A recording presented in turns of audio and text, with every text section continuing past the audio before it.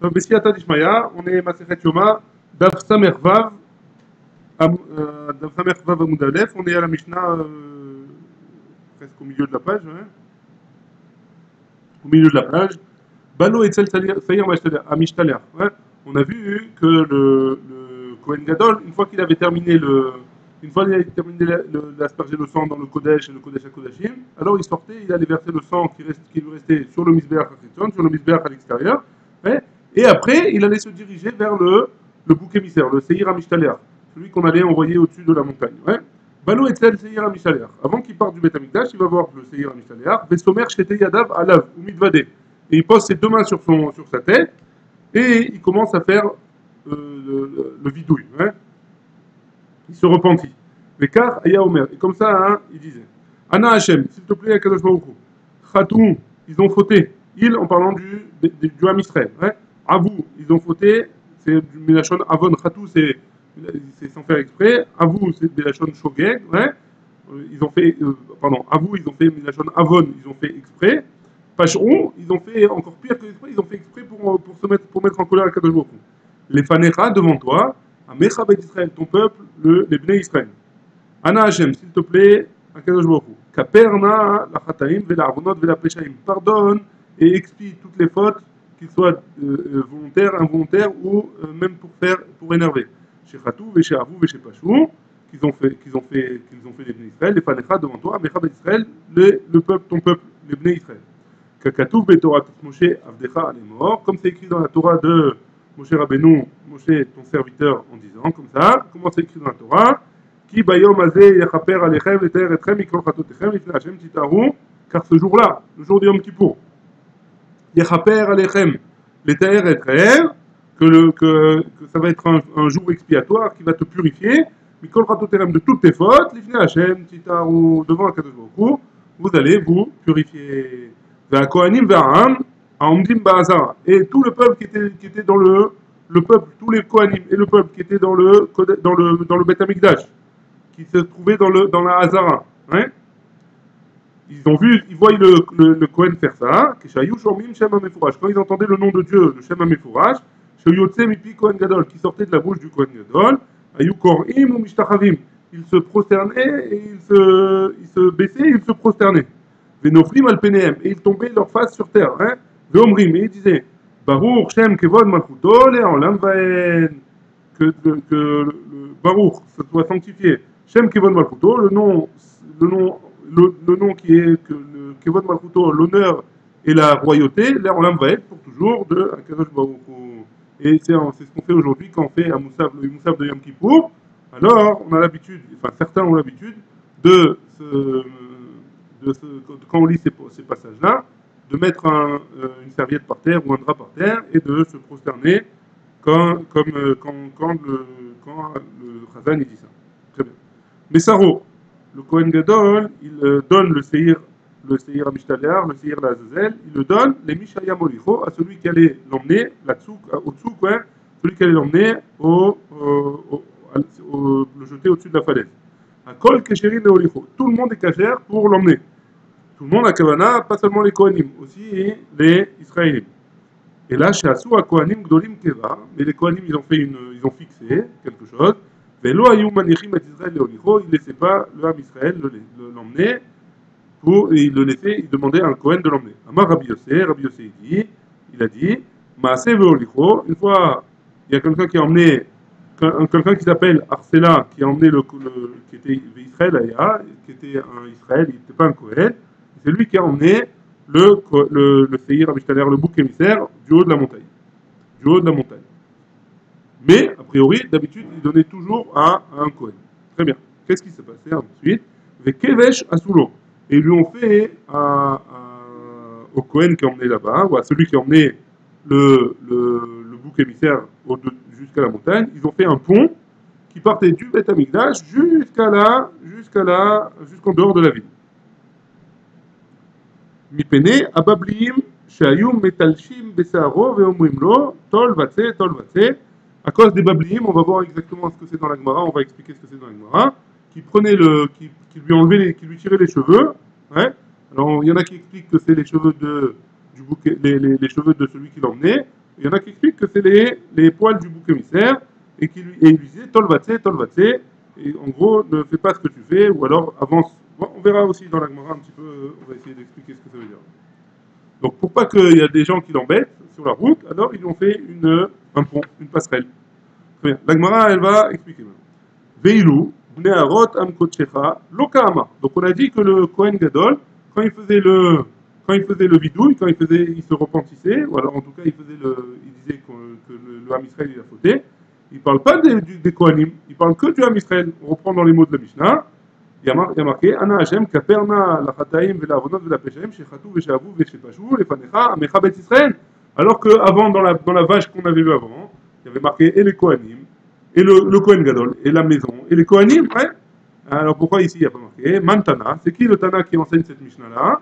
Amar Rabbi Yirmiyah, il a dit, c'est l'eau que Rabbi Yehuda, c'est pas comme Rabbi Yehuda, pourquoi? L'eï que Rabbi Yehuda, parce que si ça avait été comme Rabbi Yehuda, à Amar, il aurait dû dire, parce que qu'est-ce qu'il a dit Rabbi Yehuda? Yeshlaem kapara, beseira meshtaleach, les Kohanim, ils ont une kapara aussi dans le seira meshtaleach, pas seulement dans le bouc émissaire, pas seulement dans la vache du Kohen Gadol, hein? Donc si ça avait été Rabbi Yehuda, il aurait dû dire, d'après Rabbi Yehuda, le Kohen Gadol, il aurait dû dire, et les Bnei Israël, et les Kohanim, Abaye Amar, Abaye dit, Afil ou Tema Rabbi Yehuda. Tu peux dire que c'est même Rabbi Yehuda. Pourquoi? À tout Kohanim, là, Bikla, la Mecha Israël, Minhu, les Kohanim, ils font partie du Ham Israël. C'est pas une religion à part, hein. Les Kohanim aussi, ils font partie du Ham Israël. Ils font une partie spéciale du Ham Israël.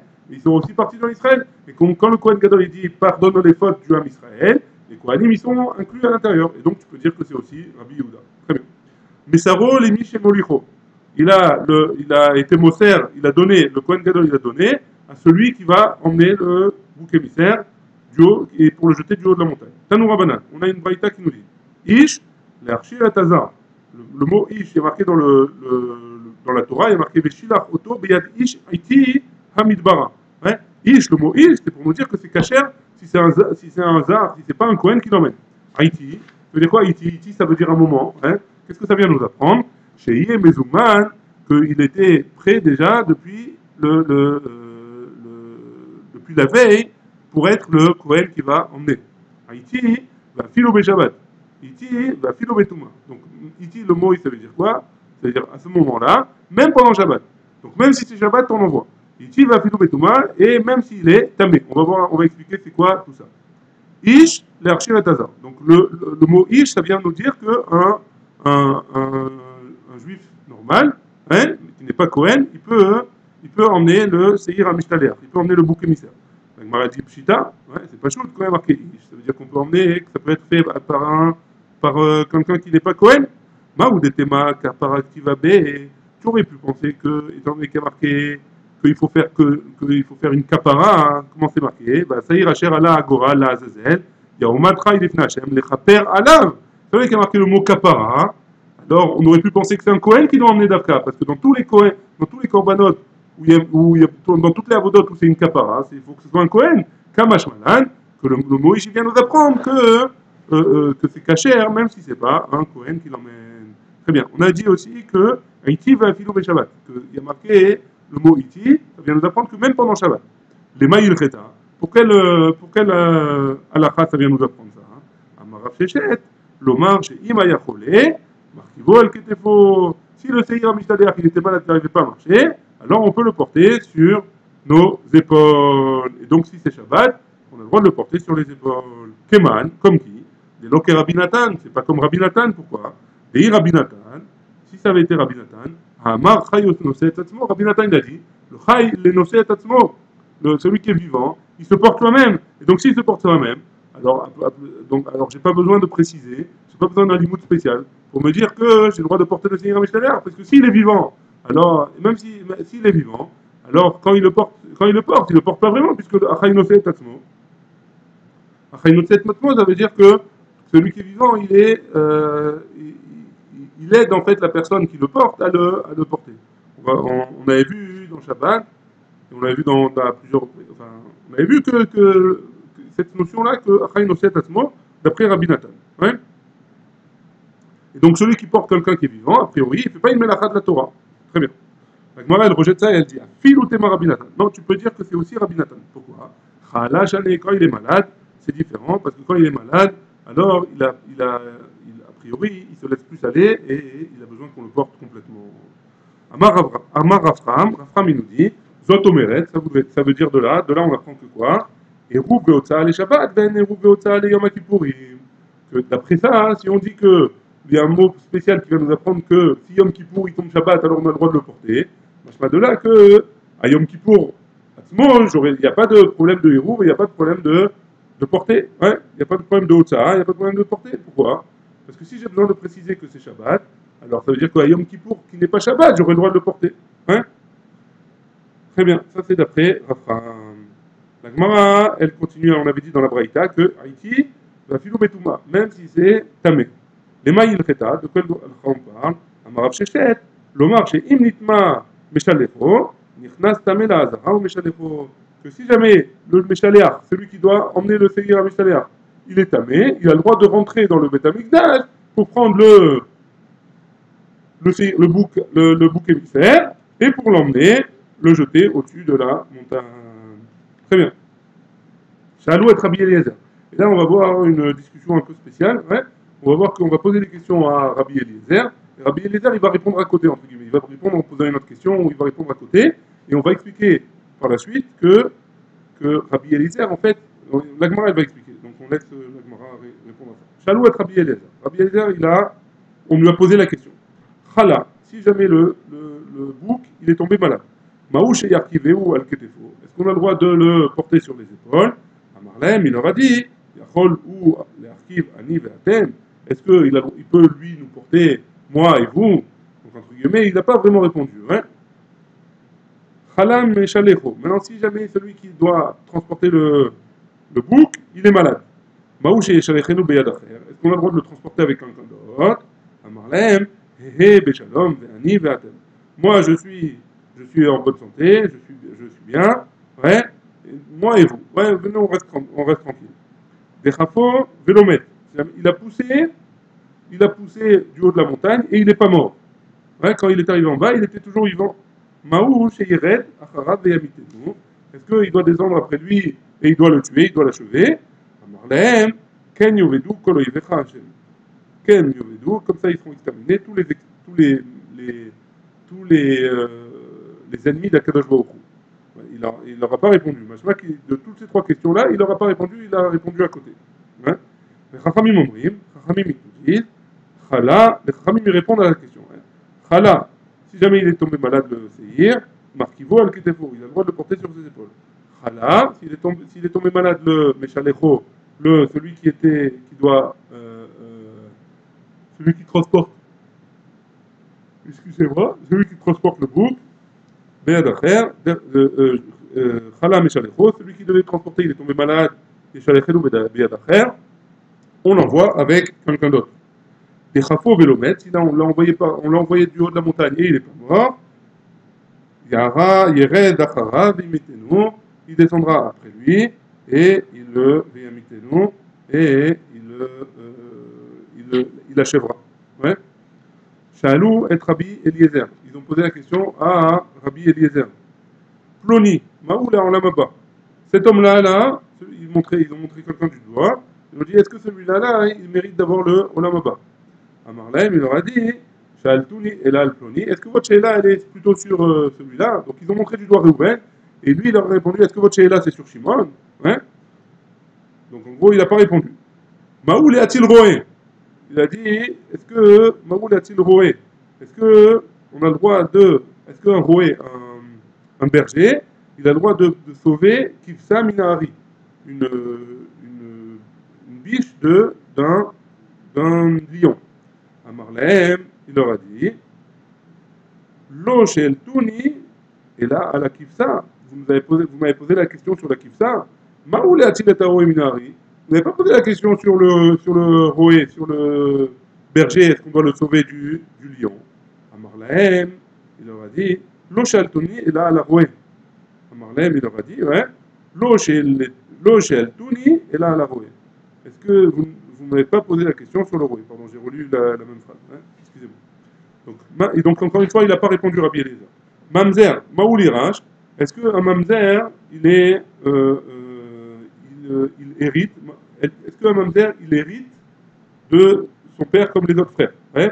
Maoul et Yabem, est-ce que un mamzer, il a le droit de faire le hiboum à, à sa belle-sœur quand son fils, quand son frère, pardon, si son frère il est mort sans enfant, si un homme, ouais, il a un frère qui est mort sans enfant, il doit se marier avec la femme de son frère pour donner une descendance à son frère. Ça s'appelle le hiboum. Ouais. Maintenant, est-ce qu'un mamzer qui a perdu son frère, est-ce qu'il doit se marier avec la femme de son frère? Ouais. Donc ça, c'est la question qu'on a posée à Rabbi Eliezer. Rabbi Eliezer, il a répondu, Maou la soudet beto, Maou la soudet kivro. Est-ce qu'on a le droit de peindre sa maison, ou est-ce qu'on a le droit de peindre son cercueil, son kever, ouais, sa pierre tombale? Donc encore une fois, il a répondu à côté. Dans la Gemara, elle va expliquer pourquoi il a répondu à côté. L'homme il chez Fligan Kadvarim. C'est pas parce qu'il a voulu pas répondre à ces questions, il n'a pas voulu donner de réponse. Ouais. Et là, Mipne chez Lo Amar Davar, chez Lo Shama Mipi Rabo Meolam. Parce que Rabbi Eliezer, il n'a jamais dit une parole qu'il n'a pas entendu de la bouche de son maître de toute sa vie. Ouais. Donc, a priori, il n'a pas voulu donner de réponse parce qu'il n'avait pas entendu ça à la faute de la bouche de son maître. Shala Isha Chachama et Rabbi Eliezer. Une femme, encore une fois, on a posé la question, une femme intelligente, elle a posé la question à Rabbi Eliezer. Mais après, chez Maaseh Haegel Shavin, étant donné que le Maaseh Haegel, donc ceux qui ont fauté dans la faute du Hegel, à l'époque dans le désert, hein, ils ont fait la faute de Avodazara, hein, ils ont toutes les fautes de Avodazara. C'est la même, ouais. Mipnema et Mitatan Shava. Pourquoi ils n'ont pas eu une mort identique, hein? Alors on va voir par la suite de la Gemara qu'il y a eu 3 morts, hein. Une mort Besseïf, une mort, Saïef, ouais, c'est une des 4 morts de la Torah, hein. Une mort que la Magefa et une mort de certains qui sont morts d'une maladie qui s'appelle hydrocale. Ouais, on va voir par la suite. Donc, Mipnema et Mitatan Shava. Pourquoi ils ont tous fait la même faute avec le Hegel, donc a priori la faute de Avodazara, et pourtant, ils n'ont pas eu la même mort. Ils ont eu 3 morts différentes. Les gens ont eu 3 morts différentes. Amarla, il lui a répondu Rabbi Eliezer. En chokma ala isha et la bapelech.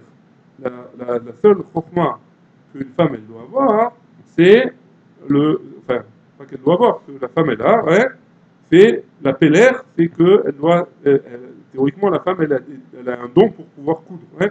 Pourquoi? Parce qu'il est marqué Vechen ou Mère qui est marqué dans Shemot, Vechol isha chachmatler, toute femme qui était intelligente, qui avait une chokma, beyadea tavu. Ils ont commencé à faire la tvia, ils ont cousu les tentures qu'il y avait au Mishkan et les parochettes qu'il y avait au Mishkan. Et tout ça, c'était. Et on voit que la Torah, elle a été Meshabachat, elle a donné de l'importance à ces femmes-là, de la Chokhmah, qu'elle avait une Chokhmah spéciale pour coudre ce qu'il y avait besoin au Mishkan. Très bien. Itema, maintenant on va expliquer. Itema. Rav et Lévi, il y a eu une brachloquette entre Rav et Lévi. Khadamar, il a dit Zibar, Vekiter, c'est pourquoi ils ont eu 3 punitions différentes, hein. Parce qu'en fait, il y a eu 3 degrés de faute dans le Hegel Azav, ouais, dans le Vaudor. Zibar, Vekiter, tout celui qui a été Mézabéar, qui a fait un korban, ou alors qui a été Mekater, qui a fait une avoda mamash de Avodazara, hein, Bessaïf. Eux, leur mort a été Bessaïf. C'est une des morts que le Badin il a donné il donne. Hein.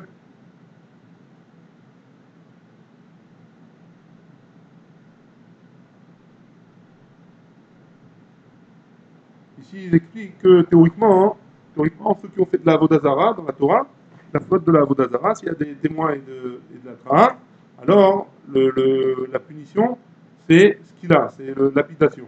Ouais. Mais étant donné qu'ils n'avaient pas encore reçu la Torah, ouais, pourquoi? Parce qu'ils ont reçu les 10 commandements. Et après, Moshe Rabbeinu, il est monté, et seulement 40 jours après, il est descendu avec toute la Torah. Ouais. Étant donné que avant qu'ils descendent, ils ont fauté, donc la punition, ça va être des saïfs comme les bnei noirs. Un ben noir qui a fauté, qui a fait de la vodazara, il est chayav saïf. Ouais. Donc c'est pour ça qu'ils ont eu saïf. Gifef benishek, celui qui a, Gifef, il a embrassé, il a été mechabek, il a enlacé, ouais. Benishek, il a embrassé le vaudor. Bemita, ils ont eu la mort de. Ils ont été morts à cause de la Magefa, de l'épidémie. Ouais. Sa mère Bilbao, celui qui a rien fait mais il était content dans son cœur. Ouais. Hydrocan, ils ont eu la mort de Hydrocan. Hydrocan, ici, ils expliquent que c'est une maladie qui fait gonfler le ventre et qui. Machala pnimi. Et donc, Midak et les Galvina, comme ils ont été contents à l'intérieur, alors la maladie, elle vient à l'intérieur.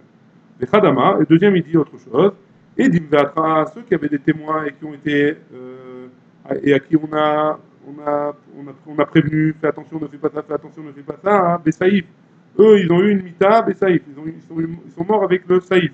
Et Dim Beloatra, Bemita, ceux où il y avait des témoins, mais ils n'ont pas. Il n'y a pas eu ils n'ont pas été prévenus. Alors ils sont morts avec la Magefa, avec l'épidémie. Loedim Veloatra, hein, s'il n'y avait ni témoins, ni ils ont été prévenus. B. Hydrocan, ils sont morts avec cette maladie de Hydrocan. Donc c'est pour ça qu'il y a eu 3 morts différentes, parce qu'il y a eu 3 degrés de faute différentes. Et chaque mort, elle était Mida Kenegel Mida. Amar Rav Yehuda, il a dit Shivtov Shel Levi, la tribu de Lévi, Lo Avad Avodat Kochavim. Ils n'ont pas fait la Avodazara lors de la faute du Vaudor.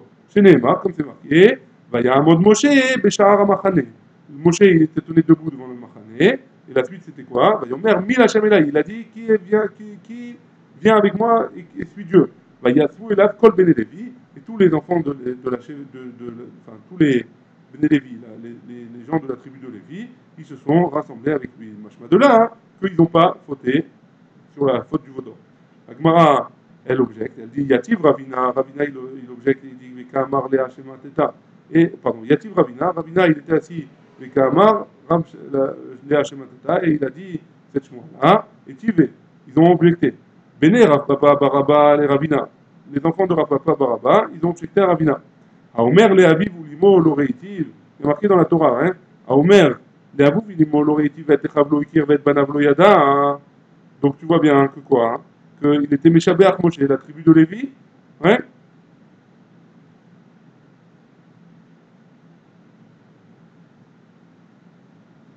Omer le Aviv ou Limo l'Oreitiv. De là, hein, ils comprennent Rav Papa que ils comprennent que quoi, que la Shevet Lévi, ils ont fauté. Pourquoi, hein? Parce qu'il y a marqué, c'est la bénédiction de Moshe à Lévi. Il y a marqué quoi? Omer le Aviv ou Limo l'Oreitiv. Vet Echav lo Ikir. Et ses frères, ils ne les ont pas connus. Vet Banav lo Yada. Hein? Ouais. Moshe, ici, je vous lis ce qu'il a marqué ici, ouais, parce que je n'ai pas compris comment c'est qu'ils ont fauté. Mais Shabéach Moshe et Shevet Lévi. Moshe, il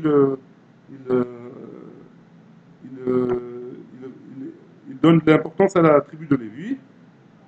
Shenit Achzeru, Afal Krovim, Elul Inkom Nikmato Shel Muchar Imken, Shev Shevet Lévi, Abdullah Hegel. Je n'ai pas compris pourquoi, mais en tout cas, hein, de là, il comprend de ce passage que la tribu de Lévi, elle a fauté aussi dans le Hegel.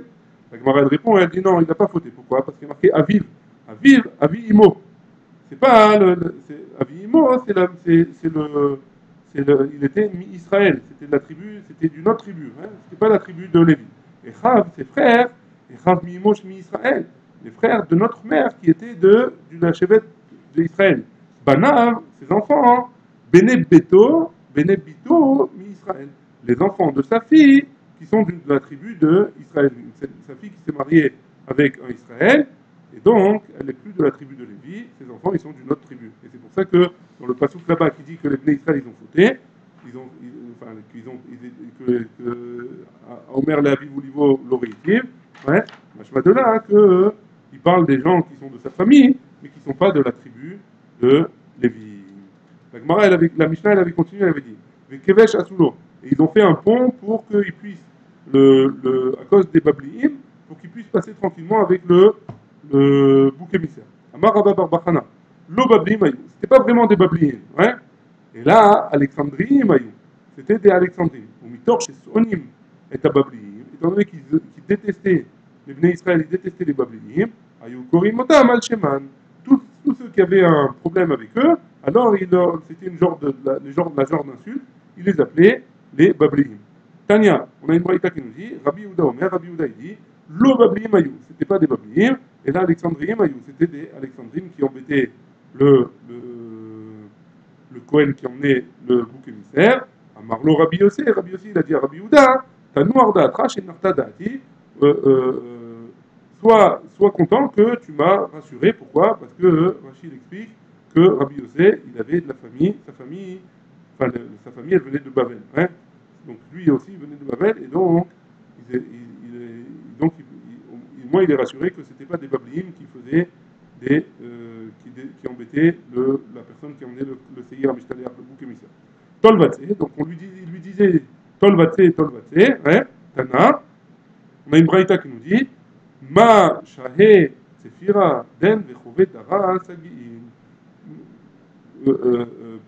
Pourquoi pourquoi c'est mitaké, pourquoi il se comment on dit, pourquoi ce bouc-là il attend, hein, il porte nos fautes, vite, sortez-le, ne le laissez pas devant nous. Très bien. Donc on fait la Mishnah pour terminer la page. Mais il y a Kirei Yerushalayim, Ayum Elavinoto. Les gens importants de Yerushalayim, il accompagnait. Hein, Ayum Elavinoto, il accompagnait. Ad Souka Rishona, jusqu'à la première Souka. On va voir que tout sur la route de ce Kohen là, il y avait plusieurs Soukot. Et donc jusqu'à la première Souka, il était là-bas. Une Souka, une petite cabane pour se protéger du soleil. Et Ser Soukot, il y avait 10 Soukot, Mirushalayim va Tsouk, il y avait de Jérusalem jusqu'à Tsouk. Tsouk, c'est là où il y avait la montagne qu'on jetait le Seir Amishtaler. Tishimris, ça faisait un total de Tishimris, une distance de Tishimris. C'est quoi Tishimris? Shiva ou Mechetza, les Mil. Donc il y avait Shiva ou Mechetza, 7 x 5. Donc il y avait Tishimris, et tous les 7 x 5, il y avait tous les 7,5 ris, il y avait, donc il y avait Tishimris, de Yerushalayim jusqu'à Tsouk, jusqu'à Tsouk, et tous les 7,5 ris, on mettait une souka. Donc ça fait combien? Ouais. Si on fait 90 divisé par 7,5, ça fait 12. Donc il y avait en tout 10, il y avait en 10 soukot, du Beth Amikdash jusqu'à la première souka, ça fait 1. Il y avait encore 10, et de la dernière souka jusqu'à Tsouk, il y avait encore 1, donc en tout ça fait 12. Ouais. Et donc entre chaque souka, il y avait 1 000, ça fait à peu près 1 km. Ouais. Alcool souka vesouka omrimno.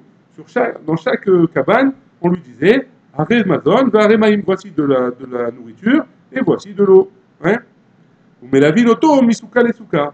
Et donc les gens de la première souka, ils s'arrêtaient. Donc les gens de Yerushalayim, ils s'arrêtaient à la première souka.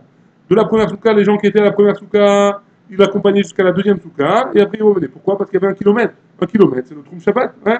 Donc on n'avait pas le droit d'aller plus loin. On va voir ça en détail après. Chutz Me'acharon, à part la dernière, on l'accompagnait pas.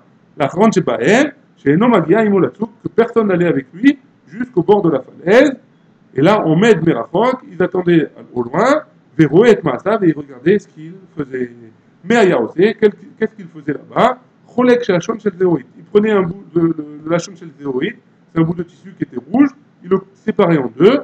Chetio Kachour Basela, la moitié il l'attachait sur une pierre. Et Chetio Kachour Ben Shne Kranav, et la moitié il le mettait entre ses deux cornes. Outrafol et Ahorav, et il le poussait en arrière. Ve'u mitgalgel ve'yored, et lui il tombait et il descendait. Ve'lo haya magia le chatziyar, il arrivait à la moitié. Hachena asa evarim me'arim, et déjà à la moitié de la montagne, il était déchiqueté. Hein. Ba ve'yashav lo tachat asuka achona, hachetechshav, il revenait en arrière jusqu'à la dernière souka, et il restait là-bas jusqu'à ce que soit la fin de Yom Kippour, pour qu'il puisse rentrer chez lui, parce qu'on avait dit que, enfin on va expliquer pourquoi dans la Gemara de Baruch Adonai, là on a Amen, Amen.